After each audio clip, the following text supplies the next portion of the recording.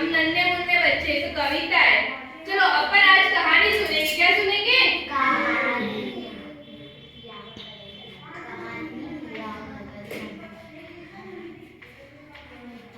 किसकी कहानी सुनेंगे?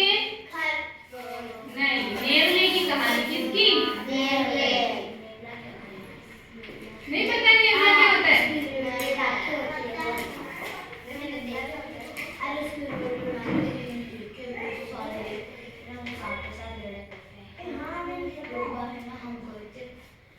चलो अपन सुनेंगे आज नेवले की कहानी। नेवला जो होता है ना, वो सांप का दुश्मन होता है। क्या होता है? सांप का दुश्मन। ठीक है, तो आज अपन उसी की कहानी सुनेंगे। देखो, एक गांव में एक बुढ़िया होती है। कौन होती है? बुढ़िया।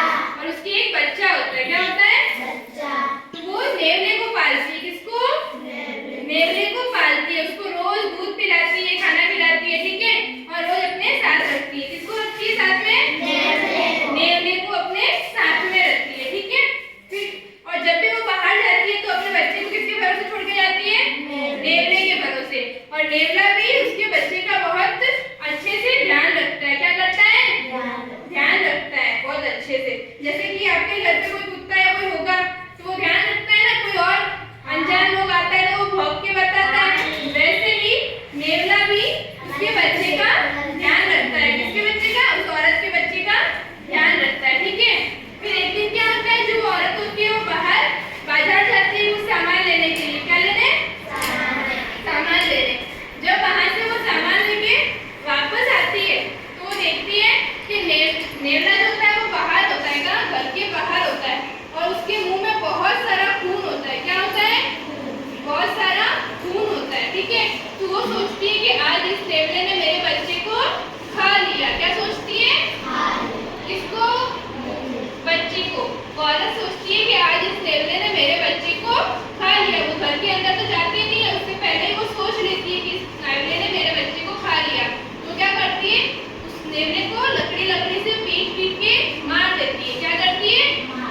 मार देती है लकड़ी से पीट कर। फिर जैसे ही वो अंदर जाती है तो अंदर देखती है कि उसका बच्चा तो जिंदा होता है, और उसके पास में क्या होता है? एक सांप होता है। क्या होता है? सांप जो होता है वो मरा हुआ पड़ा होता है। तो उसको समझ में आता है कि जो सांप है वो मेरे बच्चे को काटने के लिए आया था। क्या करने आया था? काटने के लिए आया था। और उस नेवले ने क्या किया?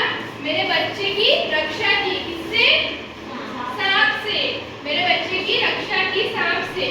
तो फिर उसको बहुत पछतावा होता है कि मैंने उसको गलत सजा दे दी है ना, क्योंकि नेवले ने तो खाया नहीं था उस बच्चे को। उसने तो और भी हेल्प की थी ना बच्चे की थी कि नहीं की थी? किससे की थी? सांप से। किससे की थी? सांप से। क्योंकि सांप उसके बच्चे को काटने वाला था, उसको बच्चे को बचाने के लिए नेवले ने सांप को खा लिया। ठीक है, तो इस कहानी से हमको क्या सीख मिलती है?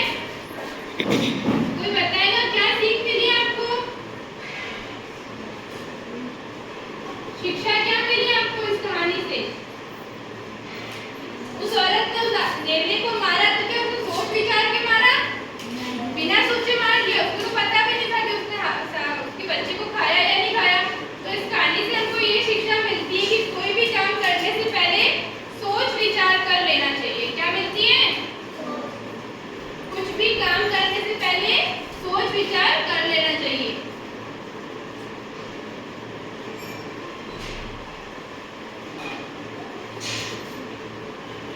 कार्य हमेशा सोच विचार कर करना चाहिए।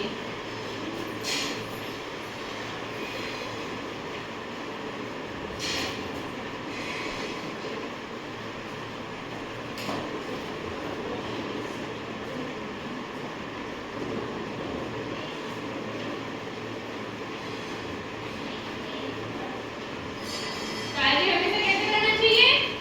सोच विचार कर। अगर आप कहीं पे चोरी करोगे तो आपको क्या मिलेगी? सजा मिलेगी। तो आपको चोरी करने से पहले आपको सोचना चाहिए ना कि उसका नतीजा क्या निकलेगा। वैसे ही हमको कोई भी कार्य करने से पहले सोचना चाहिए कि इसका परिणाम क्या होगा। क्या सोचना चाहिए? इसका परिणाम क्या होगा। तो कैसी लगी आप सबको कहानी? नित्या, किसकी कहानी सुनी आज अपन ने? नेवले की कहानी। और शिक्षा क्या मिली? हाथ खड़ा करके बताओ क्या